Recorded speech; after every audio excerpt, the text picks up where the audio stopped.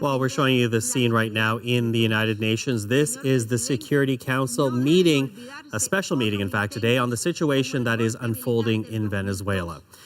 Venezuela's political crisis has become a growing international debate. Countries around the world are taking sides either for the president, Nicolas Maduro, or the opposition leader who now is claiming the job. We're talking about Juan Guaido. Now, Canada, the United States, and many Western allies support Guaido, who is the president of the country's National Assembly. But on the other side of this debate, China, Russia, and Cuba all have spoken strongly in support of Maduro, and that argument is playing out right now at a meeting, as we say, of the United Nations Security Council. Well, the CBC's Melissa Kent is at the UN, as she's been covering all this unfolding today. So what's been happening during this debate so far, Melissa? Michael, it's been a little crazy because the way the Security Council works is if I bring up your name, you have what's called the right of reply. So when one of the countries names 10 countries, that country has a right of reply. So Canada was supposed to speak before Cuba, which is speaking right now, but because earlier the United States, defending itself against accusations that it's intervening in Venezuela's internal politics, defended itself and said if anybody's playing around with the internal affairs of Venezuela, it's Cuba. So now Cuba has asked for the floor and a right of response, and it just keeps going back and forth like that. And really, the geopolitical fault lines that you were just talking about in this crisis are on full display right now at the Security Council meeting. The European nations have come out and said that President Nicolas Maduro has lost his legitimacy. They're giving him 8 days to call internationally monitored elections, or they too will recognize opposition leader Juan Guaido, the 35-year-old who declared himself the country's interim president, while the military has continued to pledge its support and loyalty to the incumbent, Nicolas Maduro. Today's meeting was requested by the United States. Secretary of State Michael Pompeo traveled to New York City to speak on behalf of Washington. The United States and Canada, U.S., Brazil, many more are backing Guaido. Here is Pompeo speaking earlier at today's meeting. The United States stands with the Venezuelan people.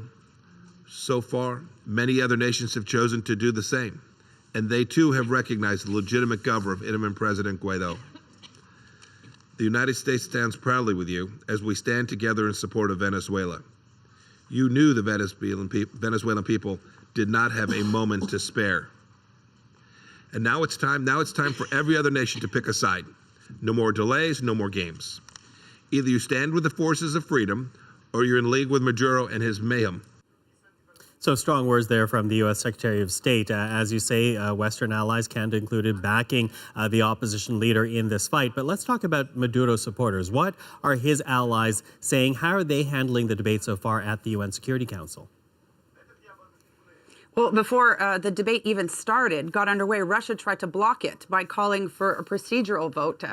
Russian Ambassador Vasily Nebenzia said that Venezuela does not represent a threat to peace and security. This is an internal matter, and if anyone represents a threat, it's the U.S. Russia lost that vote. In his remarks afterwards, Nebenzia said that he regrets that the U.S. is involved the Security Council in what he called an unethical ploy to affect regime change in Venezuela.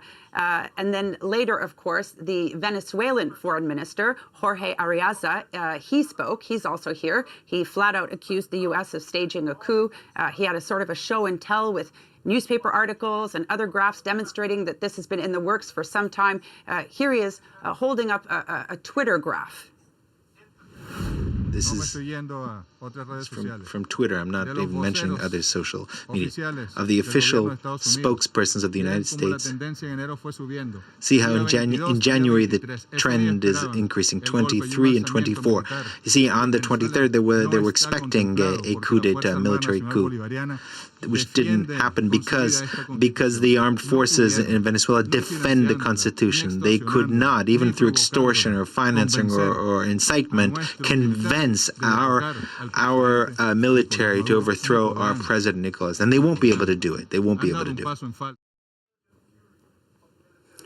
So, Michael, as you see, the accusations are flying back and forth at the Security Council chamber this morning. The divisions are becoming more and more clear. After just a few moments ago, the European countries came out and spoke and defended their ultimatum. And in a few minutes, we're actually expecting Canada will speak at the UN Security Council debate on the crisis in Venezuela. Michael. Okay. Well, thank you for keeping an eye on all that, Melissa. We'll speak again, certainly after Canada has its turn. The CBC's Melissa Kent at the United Nations.